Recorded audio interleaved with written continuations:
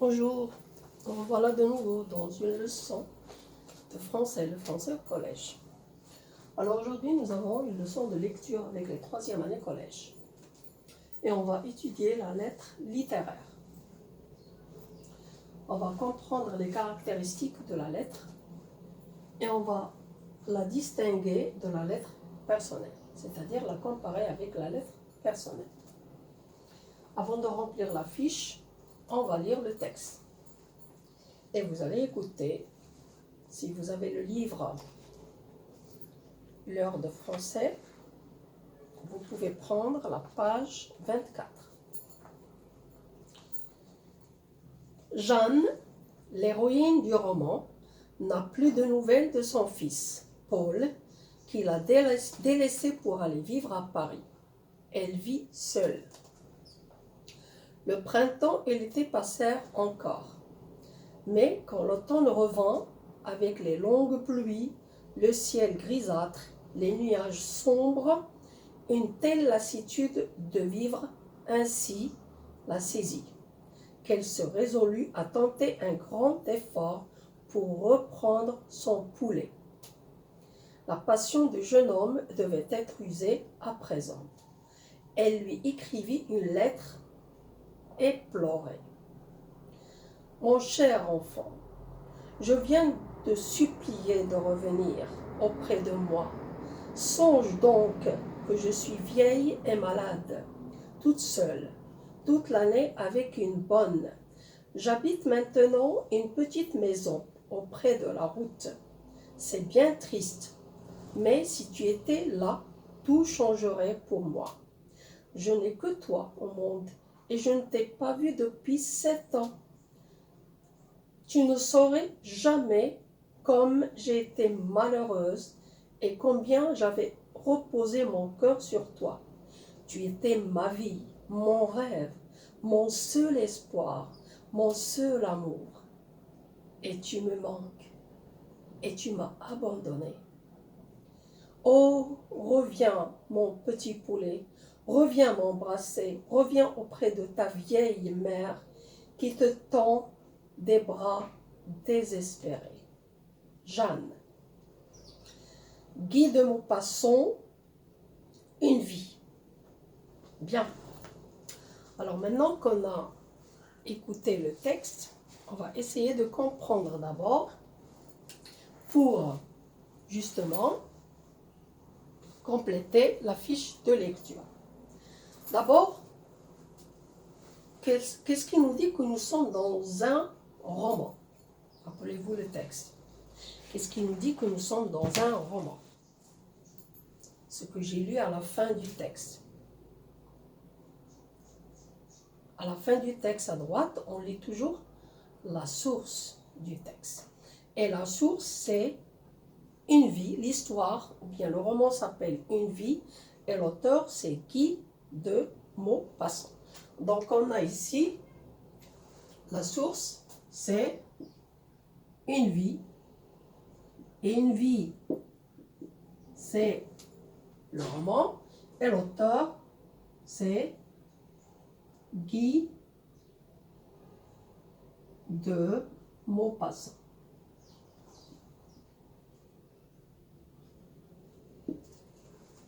Bien. Alors, on a ça, c'est la première caractéristique d'une lettre littéraire. C'est-à-dire, je reviens à la source et je me trouve dans un roman. Bien. Alors, on revient maintenant au genre de ce texte. Et on a déjà dit que toute lettre appartient au genre, oui, épistolaire. Bien. Épistolaire. Et puisque j'ai relevé la source, donc c'est une lettre, quelle lettre? Lettre littéraire.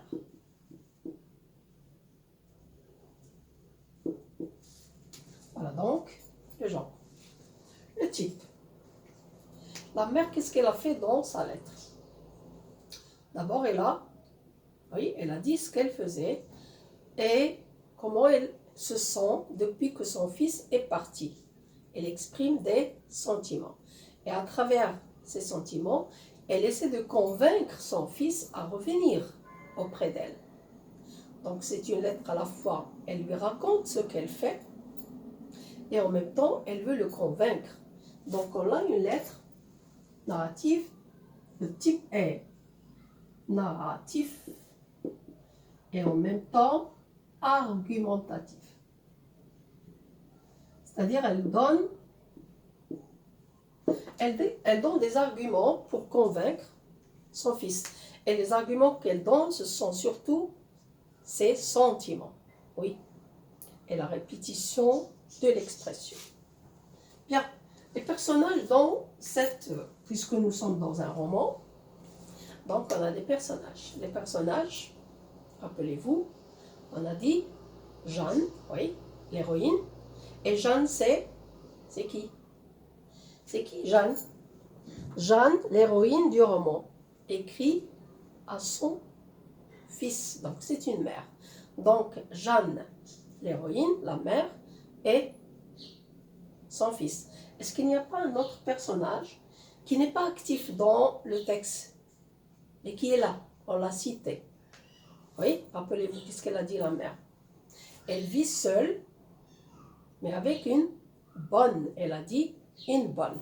Elle a dit avec une bonne. Bien, donc on a les personnages. On a Jeanne. Et Jeanne, c'est la mère. Et c'est en même temps l'héroïne de l'histoire. On a Paul, le fils, et la bonne. Voilà les personnages. Donc, puisqu'on est dans la lettre, on doit distinguer l'expéditeur, c'est-à-dire l'émetteur, celui qui a envoyé la lettre, et le destinataire. Alors, qui est l'expéditeur? Oui, c'est Jeanne. Et qui est le destinataire? À qui envoie-t-elle la lettre? Oui, c'est Paul. Bien. Alors on arrive aux caractéristiques de la lettre littéraire et on doit la distinguer de la lettre personnelle. Rappelez-vous la lettre personnelle. On a dit c'est une lettre entre ou bien les membres d'une famille ou bien des amis. Et là, c'est une lettre d'une personne adressée à une personne. Oui, deux personnes, l'expéditeur et le destinataire. Rappelez-vous. Dans la lettre personnelle, on donne des informations sur la vie de la personne qui envoie la lettre. Donc, c'est une lettre réelle. Oui, réelle. Tout ce qui est dit dans la lettre personnelle est réel. Alors nous, là, on est dans le roman et la lettre littéraire, d'abord, c'est une lettre dans un roman. On la trouve dans un roman et on doit toujours revenir à la source du texte. Elle est fictive, c'est-à-dire elle n'est pas réelle. Oui, elle est fictive, imaginaire. On imagine qu'il y a une relation entre les personnages et qu'ils s'envoient, ils échangent des lettres. Elle donne des informations, bien sûr, comme la lettre personnelle, elle donne des informations, mais elle donne des informations sur les événements du récit, puisqu'on est dans un roman. Donc, ce sont les événements du récit. Elle fait avancer l'action. Du moment qu'elle donne des informations sur les événements du récit, l'action dans le roman va avancer. On peut savoir à travers la lettre ce qui s'est passé et ce qui va se passer. Bien. Elle s'adresse à plusieurs destinataires, contrairement à la lettre personnelle. Plusieurs destinataires, pourquoi? Parce que d'abord, elle s'adresse au personnage de l'histoire. On a dit ici, c'est la mère qui écrit à Paul, donc le personnage de l'histoire ici auquel la lettre est adressée, c'est Paul. Elle s'adresse aussi aux lecteurs, à nous les lecteurs qui lisons la lettre. Donc, elle s'adresse à plusieurs destinataires. Et à travers la lettre du roman, il y a aussi le message adressé à la fois au destinataire du roman, le personnage, et au lecteur. À travers la lettre de la mère pour son fils, le lecteur peut être sensibilisé justement sur la relation mère-fils, fils-mère. C'est-à-dire qu'une mère, surtout quand elle est vieille, elle a besoin de ses enfants. Donc c'est une lettre qui intéresse le lecteur aussi et qui donne un message au lecteur. Bien. On a une petite remarque, c'est que certains romans sont constitués essentiellement de lettres. Tout le roman est constitué de lettres, échange de lettres. Un personnage écrit un personnage pendant tout le roman. Et là, ce sont des romans épistolaires. On les appelle des romans épistolaires. Vous y êtes? Alors, j'espère que vous avez compris un peu la lettre littéraire. Et quand vous êtes dans la lettre littéraire, première chose à faire, c'est de regarder la source du texte. Ça peut vous aider à distinguer cette lettre. Vous y êtes? Au revoir, à la prochaine fois.